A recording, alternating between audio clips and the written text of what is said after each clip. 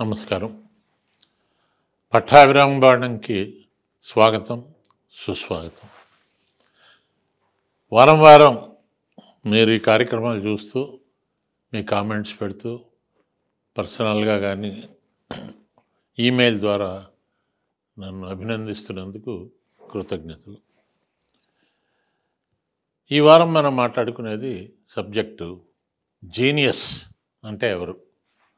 Genius అంటే అత్యద్భుతమైన వస్తువులు కనిపెట్టిన వాళ్ళే కాదండి, చక్కగా పాఠాలు చెప్పేవాళ్ళు కూడా జీనియస్లే. ఎందుకంటే వాళ్ళు పాఠాలు చెప్పి ఎంతోమంది డాక్టర్లని, ఇంజనీర్లని, ప్రొఫెసర్లని తయారు చేస్తారు. నేను ఈ మధ్య ఒక బుక్ రాశాను, దాని పేరు జీనియస్ అని. ఇందులో సక్సెస్ పీపుల్ ఎలా ఉండాలి. మామూలుగా మనం జీనియస్ అనగానే సోక్రటీసు, కౌటిల్యుడు, Copernicus, Galileo, Edison, Graham Bell, Einstein, C V Raman, Stephen Hawking, Amartya Sen, వాళ్ళు వీళ్ళు మనం చెప్తూ ఉంటారు. కాదండి, ప్రతి ఊర్లోనూ ఉన్నారండి జీనియస్లు, అద్భుతాలు చేసిన వాళ్ళు ఉన్నారు. ఒక కొత్త ఆలోచనతోటి కొత్తగా ఒక విషయాన్ని ప్రజలకు అర్థమయ్యేలా చేయడం, సులువుగా చేయడం, కంబర్సంగా లేకుండా చేయడం, ఇవన్నీ కూడా ఈ కోవలోకే వస్తాయి. జీనియస్ అంటే అతను సైంటిస్టే కానవసరం లేదు. ఈరోజు సబ్జెక్టు జీనియస్.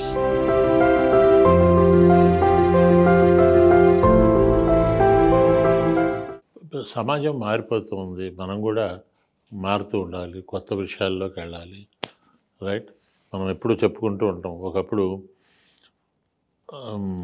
బలపంతో పలక మీద రాసేవారు, ఆ తర్వాత కలం వచ్చింది, ఆ కలం కాకీకతోటి రాసేవారు, క్రొక్విల్ని. ఆ తర్వాత మెల్లిగా పెన్నులు వచ్చాయి, పాళి, తర్వాత బాల్ పాయింట్ పెన్నులు వచ్చాయి, ఓ రీఫిల్. ఇప్పుడు చాలా ఫాస్ట్గా అయిపోయింది. ఇప్పుడు మీ సెల్ ఫోన్ మీద ఇలా ఇలా ఇలా ఇలా రాసేయచ్చు, వేలుతో రాసేసి ఇందులో రిటెట్ అనుకుంటే మీరు చెప్పగలరు. అది మీకు గుర్తు చేస్తూ ఉంటుంది. అంటే ఇవన్నీ ఎవరు ఒకదాన్ని ఒకటి ఇప్పుడు ఒక ఆయన స్క్రూ డ్రైవర్ కనిపెట్టాడండి, ఇప్పుడు ఆ రోజుల్లో చాలా గొప్ప. ఇంకొక ఆయన సుత్తి కనిపెట్టాడు, ఇంకొక ఆయన కత్తెర కనిపెట్టాడు. వాళ్ళ గురించి మాట్లాడాలంటే ఒక్కొక్కళ్ళ గురించి ఒక్కొక్క ఎపిసోడ్ చాలా అద్భుతంగా ఉంటుంది.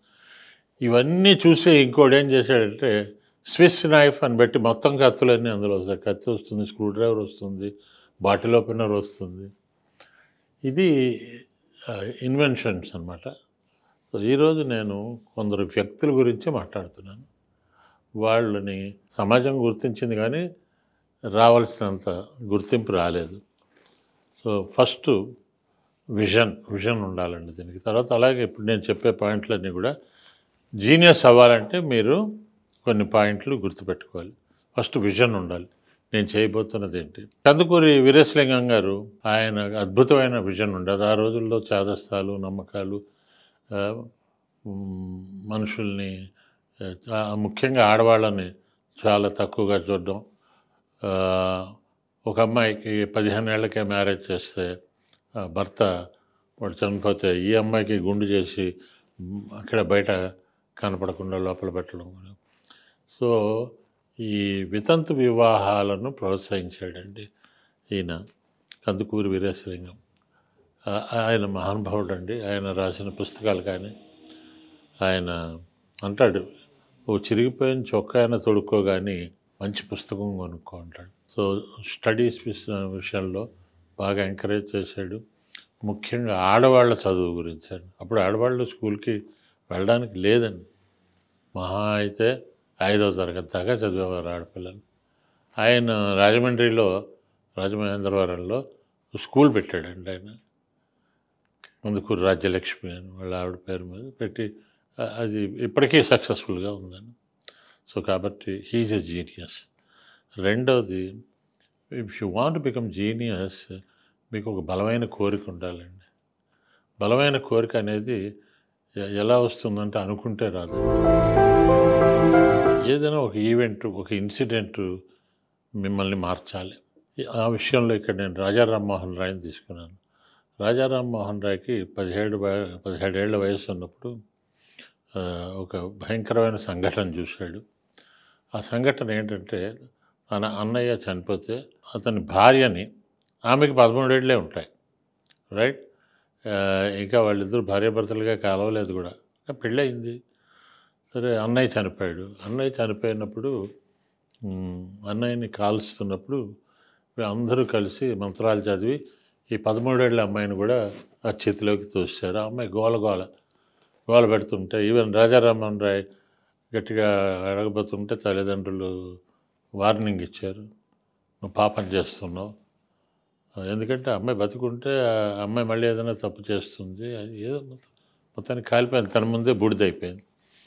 అప్పుడు ఒక నిర్ణయం తీసుకున్నాడు. ఈ సతీ సహగమనం అనేదాన్ని నేనేమైనా సరే పోగొట్టాలి. సో దానికి బ్రిటిష్ వాళ్ళని కలిశాడు. కలిసి ఇట్లాగా ఇది చాలా అన్యాయం, ఇది అరాచకం, అమానుషం అని చెప్పి దాని గురించి ఒక యాక్ట్ తీసుకొచ్చాడు. So he's a genius. అతని గురించి గొప్పగా చెప్పుకోకపోవచ్చు జనం, కానీ ఎంతమంది ఆడపిల్లల జీవితాలకి, అసలు ఆడపిల్లకి చదువు లేదు, ఏం లేదు, భర్తే దైవం. వాడు ఎంత వెస్ట్ ఫెలో అయినా సరే. మూడోది జీనియస్గా నేను చెప్పేది మార్టిన్ లూథర్ కింగ్ అండి. మార్టిన్ లూథర్ కింగ్ ఇప్పుడు ఆ రోజుల్లో బ్లాక్స్ని చాలా దారుణంగా చూసేవారండి. Whites and blocks. వీళ్ళు ఆ బ్లాక్స్ని ఆఫ్రికా నుంచి బానిసలుగా కొనుక్కొని తెచ్చేవారు. ఇంట్లో పనులు చేయడం, అవి చేయడం, ఇవి అన్ని పనులు చేయాలి. ఆయన బాస్ అంటే తెల్లవాడు అలా కూర్చుని ఉంటే అతను కింద కూడా కూర్చోడానికి వీళ్ళ చేతులు కట్టుకున్నట్లా ఉండాలి. లేదేదో పని చేయాలి, బూట్లు పాలిష్ చేయడం, ఇంకోటి. అతను ఆలోచించాడు, ఏంటి మన బ్లాక్స్ ఎంతమంది ఉన్నారు, ఇంత అన్యాయం జరుగుతుంది, మనం మారాలి, మనం వాళ్ళ స్థాయికి, దొరల స్థాయికి మనం వెళ్ళలేం, కానీ కనీసం వాళ్ళ ముందు ఎదురుగుండా కుర్చీలో కూర్చోవాలి అని మెల్లిగా చిన్న సమాజాన్ని తయారు చేశాడు. ఫ్రెండ్స్ అంతా అయ్యాక ఒక స్పీచ్ ఇచ్చాడు. అది చాలా ఫేమస్ అనమాట. ఆ స్పీచ్లో ఏం చెప్తాడంటే, ఐ హ్యావ్ ఎ డ్రీమ్. చాలా famous dialogue, I have a dream అని. అంటే నాకు మీటింగ్లో చెప్పాడు, నాకు రాత్రి ఒక కల వచ్చింది. ఆ కలలో తెల్లవాళ్ళు నల్లవాళ్ళు మనం కలిసి భోజనం చేస్తున్నట్టు, ఒకళ్ళ మీద ఒకళ్ళు జోకులు వేసుకుంటున్నట్టు నాకు కల వచ్చింది అన్నాడు. అది మీరు ఇంటర్నెట్లో కొడితే ఐ హ్యావ్ ఎ డ్రీమ్ అని మార్టిన్ లూథర్ కింగ్ది వెరీ పాపులర్ స్పీచ్. అందులో అంటాడు, వాళ్ళలో రక్తం ఎర్రగా ఉంటుంది, మనలో రక్తం ఎర్రగా ఉంటుంది, దెబ్బ తగిలితే వాళ్ళు కట్టలు కట్టుకుంటారు, మనం కట్టలు కట్టుకుంటాం, ఎటొచ్చి జస్ట్ ఈ రేస్ కలర్ డిఫరెన్స్ వాళ్ళు ఇలా చూస్తున్నారు అని.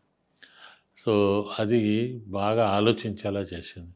మొదట్లో కొంతమంది తెల్లవాళ్ళ కోపం వచ్చింది, కొట్టారు, తిట్టారు, బట్ చివరికి ఇద్దరు సమానం అయ్యారు. ఎలా వచ్చిందంటే నల్లవాళ్ళని తెల్లవాళ్ళు పెళ్లి చేసుకోవడం, వీళ్ళు వాళ్ళని చేసుకోవడం, ఆఖరికి ఒక నల్లవాళ్ళ మనిషి ప్రెసిడెంట్ ఆఫ్ అమెరికా అయ్యాడు. సో ఆలోచించండి, వీళ్ళు స్లోగా మొదలుపెట్టిన సంస్కరణలు చాలా అద్భుతంగా అయ్యాయి. అలాగే నెక్స్ట్ కమిట్మెంట్. మీరు జీనియస్ అవ్వాలంటే కమిట్మెంట్ ఉండాలండి. ఒక ఖచ్చితమైన దృఢమైన మీకు విశ్వాసం ఉండాలి, పట్టుదల ఉండాలి, ఆ డిటర్మినేషన్ ఉండాలి. ఇక్కడ నేను బ్రెయిలీని తీసుకున్నానండి. బ్రెయిలీ చిన్న ఉద్యోగం అండి. అతను షిప్లో పనిచేస్తూ ఉండేవాడు. ఈ సైంటిస్టులు దొరలు తిరుగుతున్నప్పుడు నా 10 రోజులు నెల షిప్లో వెళ్ళడం, వాళ్ళ బూట్లు పాలిష్ చేసేవాడు. సైంటిస్టులను అడిగేవాడు, సార్ మాకు ఏదైనా కనిపెట్టండి సార్, మా బ్లైండ్ పీపుల్కి చదవడానికి ఏదైనా పద్ధతి కనిపెట్టండి, ఏదో ఒకటి, మీరు గ్రేట్ సైంటిస్టులు కదా అంటే, చూద్దాం అన్నారు. అలాగా 10 ఏళ్ళు చూశాడండి. తర్వాత కోపం వచ్చింది అతనికి, ఈ సైంటిస్టులు చెయ్యరు గుడ్డివాళ్ళకి, నేనే చేసుకుంటాను అని బ్రైలీ లిపి అతను కనిపెట్టాడండి. చూశారు కదా, ఇట్లా నొక్కి చూస్తే తెలుస్తుంది. బ్రైలీ లిపి కనిపెట్టింది ఒక బ్లైండ్ పర్సన్. సో ఇలాగా ఒక్కోసారి ఏదైనా మనం చేయాలంటే కృషి ఉండాలి, కృషి లేకపోతే కసి ఉండాలి. Next planning. Mahatma Gandhi and Jawaharlal Nehru వాళ్ళు ఫ్యూచర్ ఇండియా ఎలా ఉంటుంది, వాళ్ళు జీనియస్లేనండి. వాళ్ళు ప్లానింగ్ చేసుకున్నారు. మన రకరకాల మనకి ఇక్కడ కాస్ట్లు ఉంటాయి, తర్వాత సెక్ట్స్ ఉంటాయి, రేసెస్ ఉంటాయి. అందరినీ ఎలా ఇచ్చేయాలి, ఇండియా ఎలా ఉండాలి అంటే మనకి ఇండిపెండెన్స్ వచ్చిన తర్వాత ఎలా ఉండాలి, వాళ్ళు ప్లానింగ్ చేసుకున్నారు. వాళ్ళిద్దరూ జీనియస్లండి. పాజిటివ్ యాటిట్యూడ్ ఉండాలి. నెక్స్ట్ ఇక్కడ నేతాజీ సుభాష్ చంద్రబోస్ని తీసుకున్నాను. ఆయన సైన్యాన్ని తయారు చేసి ఆజాద్ హింద్ ఫౌజ్ అని అతను చాలా మోటివేట్ చేశాడు. అనుకున్నంత పేరు రాలేదు కానీ but he's a great motivator. చివరిగా క్రియేటివిటీ ఉండాలండి. క్రియేటివిటీ అంటే కొన్ని కొన్ని అనుకోకుండా వస్తాయి. ఎర్ల్ డికెన్సన్ అని ఓసారి వాళ్ళ ఆవిడ ఏదో కూరగాయలు కోస్తుంటే చేయి తెగింది, వేలు తెగింది. వేలు తెగితే ఏం చేశాడంటే ఇక్కడ ఐడిన్ రాశాడు, తర్వాత దూది పెట్టాడు, తర్వాత ఏదో ఒక సెల్లో టేప్ లాంటిది పెట్టి చుట్టాడు. సరే ఆవిడకి తగ్గింది. తగ్గిన తర్వాత అతనికి ఒక ఆలోచన వచ్చింది. ఐడిన్ రాశాను, దూది పెట్టాను, పైన ఇది చుట్టాను, అసలు ఈ 3 కలిపి ఒకటి చేస్తే ఎలా ఉంటుంది అని రీసెర్చ్ చేసి బ్యాండెయిడ్ కనిపెట్టాడండి. ఇప్పుడు మనం పెట్టుకుంటున్న బ్యాండెయిడ్ ఇతను ఎల్ డికెన్స్ అతను పెట్టాడు. అతను ఆ బ్యాండెయిడ్ ఎప్పుడైనా ఎవరికైనా పెయిన్ వస్తే అది కట్ అయితే బ్యాండెయిడ్. సో ఇలాగా కనిపెడుతూ ఉండాలండి. ఇది చూస్తున్న టీచర్లు ముఖ్యంగా ప్లీజ్ మోటివేట్ యువర్ చిల్డ్రన్. మీ పిల్లలు ఇలాంటి అద్భుతాలు చేయడానికి మీరు మోటివేట్ చేస్తే రాబోయే జనరేషన్ మనం ఇప్పుడు చాలా కష్టపడి చేస్తున్న పనులన్నీ కూడా సునాయాసంగా చేసేలా పిల్లలు ఆలోచించగలరు. ఇప్పుడు మొన్న ప్రెసిడెంట్ ఆఫ్ ఇండియా ముర్ము ఆవిడ ఐఐటి స్టూడెంట్స్ తోటి మీరు కొత్త కొత్తవి కనిపెట్టండి, వచ్చే జనరేషన్కి సహాయం చేయండి, ఇన్ని వస్తువులు ఎందుకు, ఒక వస్తువుతోటి మనం పనంతా అయ్యేలా చేయండి అని. మీ ఇష్టం, ఏదైనా చేయండి అన్నారు. తప్పకుండా పిల్లలు చేయగలరు.